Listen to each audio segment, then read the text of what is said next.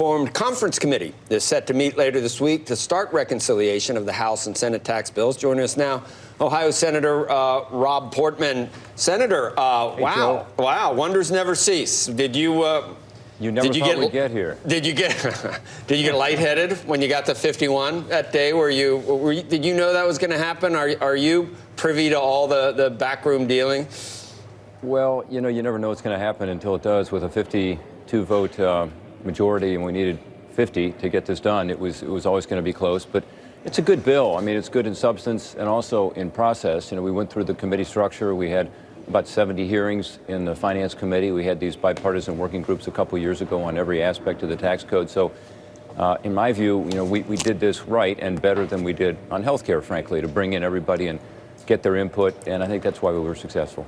Just had Mark Short on, and I'm going to ask you like all the same questions, I guess, Senator, but that's because they're the most pertinent questions, because there's differences between the two, and we wonder how you feel it's finally going to be worked out and what would be most advantageous. I guess maybe one of the overriding things that we're hearing is that it's hard to get everything squeezed into this little package, and that the president opened for the first time there was a crack about 20 to 22 over the weekend with that tweet.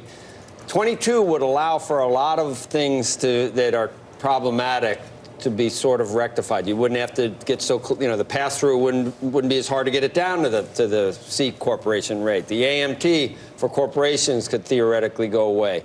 You might be able to make it more palatable in some other areas if you did that. Is that possible? It goes to 22, or is it going to stay at 20? We'll see. I mean, there are some differences, as you indicate. The alternative minimum tax, AMT, is repealed in the House version. It's not fully repealed in the Senate version, as you said. They've got a little higher top rate than we do, which is, a difference that has consequences in terms of the revenue.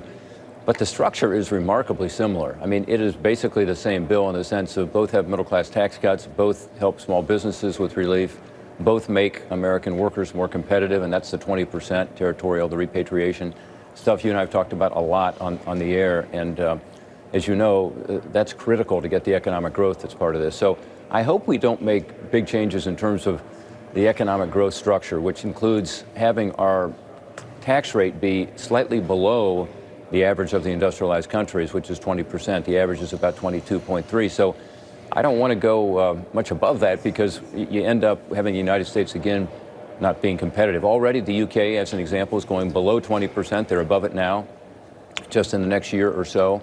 So my prediction, Joe, is that 20% is important, and a couple years from now, we'll find out that we're at or above the average of the tax rate around the world. If we don't keep it at 20, we could find ourselves above the average in a matter of months. So I hope we won't change the basic structure of this thing too much, because I think it's got about the right balance. Senator, the devil, of course, is in the details for anybody who's trying to figure out what it's going to mean for their tax bill that goes through this.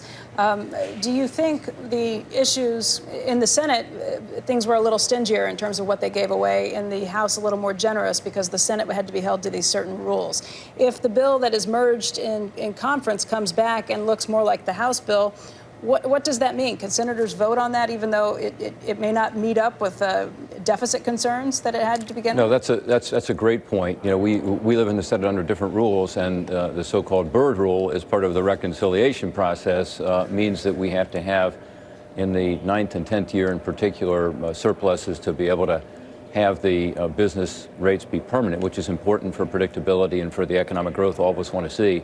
So you're right. That does give the Senate bill, a little more of a opportunity to be heard, because we have to come back with something that meets those Byrd rule requirements. That still meets those. So the conference bill can't come back and say, forget about everything. This was just a head fake, the stuff we voted on. No, it can't. So the math still has to work.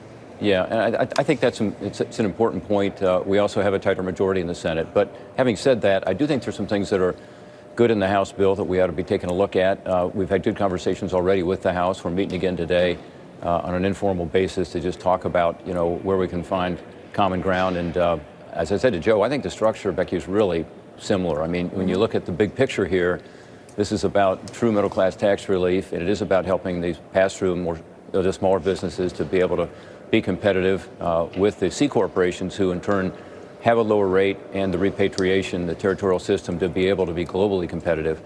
And that's something we've all talked about for years. In fact, for a decade now, we've been talking about the fact that American companies, American workers can't compete. Last year, 3 times as many American companies were taken over by foreign companies as U.S. companies purchasing foreign entities. So that's because of our tax code. We've lost a lot of businesses, a lot of jobs, a lot of investment. So we have to do that. And both bills do it. We just need to be sure that we can come together, as you say, under the rules we've got in the Senate, and get this passed and get it to the president's desk for signature. Kevin O'Leary from Shark Tank just wrote in and is asking that I ask you a question about the estate tax. Which plan are we going to get? The one that just reduces estate taxes, or is it going to be the one that actually eliminates the tax cuts? And again, that may be an issue of math, but he says it's important for his portfolio of companies. Yeah, I mean, look, we're again in a revenue squeeze, as Joe pointed out. In other words, we've got to be sure that what we're doing balances out in the end. And on the estate tax side, we doubled the exemption, which is a great simplification, by the way, because it takes a lot of small businesses, farms, out of the equation altogether. They don't have to worry about the estate tax and spend a lot of money trying to figure out how to avoid having to lose the business because you got to pay Uncle Sam so much at a time of owner's death. So I think we do a good job of raising that. It goes, as you know, from 5 to 10 for an individual, and actually about 11 to 22 for a family. So I think that's probably where you end up, but we'll see. I mean, the House does something a little different. There's also the issue of whether you do step up in basis or not, which changes the numbers. Right. But I think we did a pretty good job saying to small businesses and small farms, family farms, we want to be able to take care of you and not have you have to worry about this issue. So it's a simplification. Okay, I just wonder if anything happens in conference that you can't lose anyone in the Senate, obviously. Yeah, that's one of the issues. We have a small margin, and it's a matter of a couple votes in the Senate. Right. You saw the shootout, I guess.